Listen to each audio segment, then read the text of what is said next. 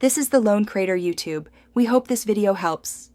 You begin by opening Pillow and granting microphone, motion, and notification permissions so the app can detect sleep patterns. Once done, decide auto versus manual mode. Auto records automatically, manual gives you control. Make sure to set device placement. Bedside on a nightstand for breathing sound detection or wrist for movement. Tap Start and place the phone face down to reduce light and touch. This initial setup captures clean signals and lets the app build an accurate baseline for tonight. Once a session is running, refine tracking by adjusting sensitivity, lower if you move a lot, higher if you're very still. Then enable Smart Alarm and select a 15 to 30-minute wake window so Pillow wakes you in light sleep for easier mornings.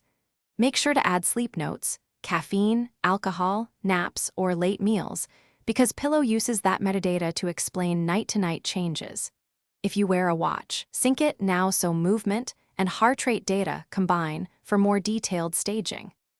When you stop the session, you'll review sleep stages, heart rate trends, and a nightly score that explains why you slept well or poorly. If you need records, export the session as CSV or PDF and share with a clinician.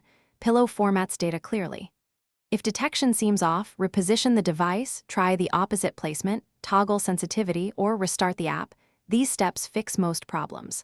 Finally, track a few nights to confirm patterns. Consistent inputs yield reliable insights and better recommendations.